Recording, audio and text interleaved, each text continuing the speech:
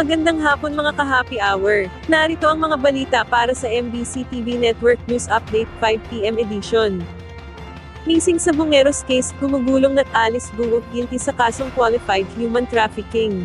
Ating balikan ng DZRH Rewind 2025 special report ni Tina Nolasco.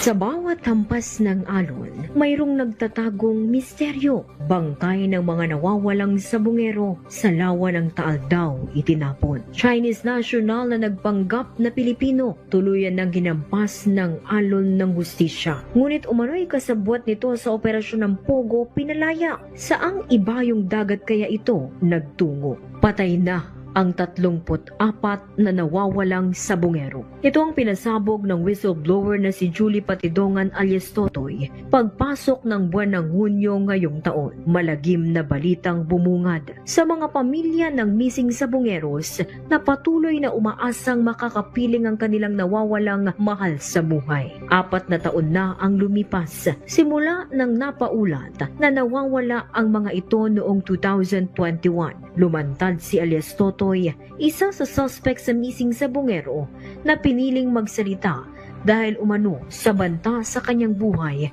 at kanyang pamilya. Gambling tycoon na si Charlie Atong ang itinurong mastermind. Aktres na si Gretchen Barreto idinawit din. 15 pulis at iba pang mga kilalang personalidad isinangkot na miyembro umano ng Alpha Group. Marami yan. Kaya katulad nung ito lang muna yung nabanggit ko na yun si Mr. Atong Ang, William Ang, Eric De La Rosa, sa additional Jerry Ramos, Congressman Sani Lagon, Engineer Celso Salazar, Jan Capinpin at Caroline Cruz at marami pa yan.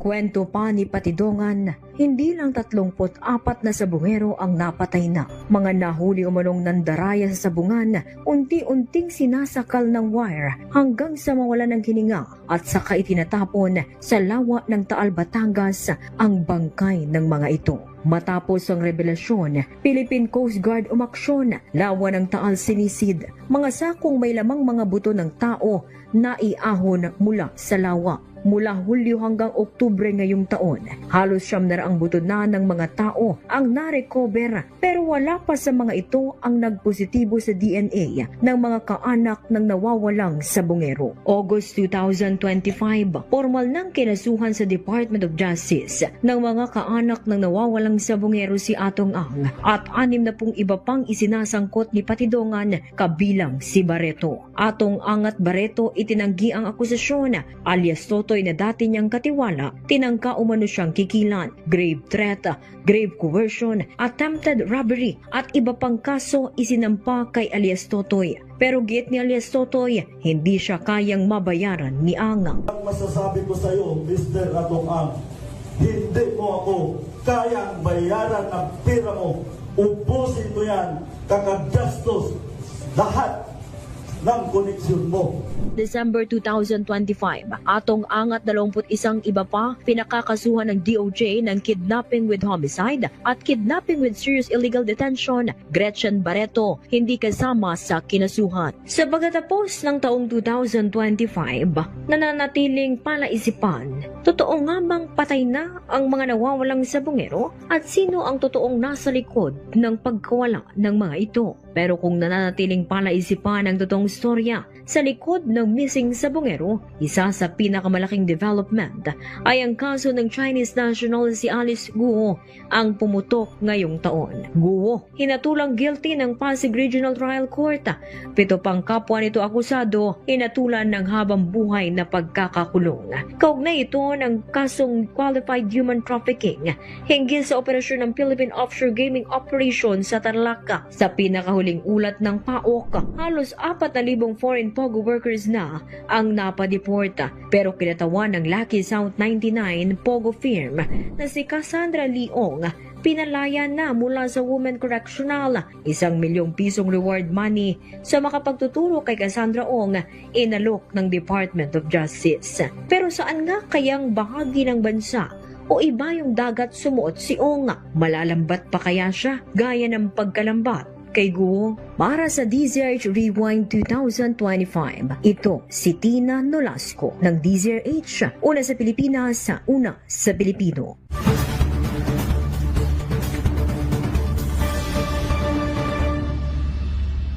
Samantala, resulta ng employment sa bansa noong 2025, hindi kagandahan.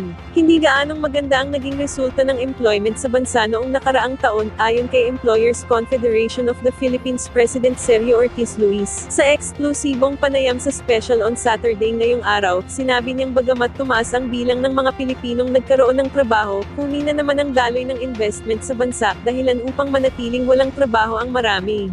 Medyo hindi kagandahan yung naging resulta ng ating employment indices na dapat sana mas maraming na-employ. Alam nyo, mga 800,000 to 1 million a year ang pumapasok sa employment market. Yung mga nagkakaedad, duwante sa edad, at mga graduate. Dapat sana tayo address natin lahat sa mga graduate na yan para sa employment. Unfortunately, while tumataas ang employment dahil hindi gano'n kadami yung na-employ at may mga naiiwanan. Kaya sana mapalakas pa natin yung mga investors natin na masyadong humina, nawalan tayo ng mga investors, pati sa mga area ng tourism natin, medyo humina. Kaya although lahat ng effort nandun tayo sa job creation, tulong-tulong ang government at private sector, nakaka-create tayo ng jobs, pero dapat sana mas marami. At yan ang mga balita para sa MBC TV Network News Update 5 PM edition. Samahan ninyo kami bukas mula alas 9 ng umaga hanggang alas 5 ng hapon.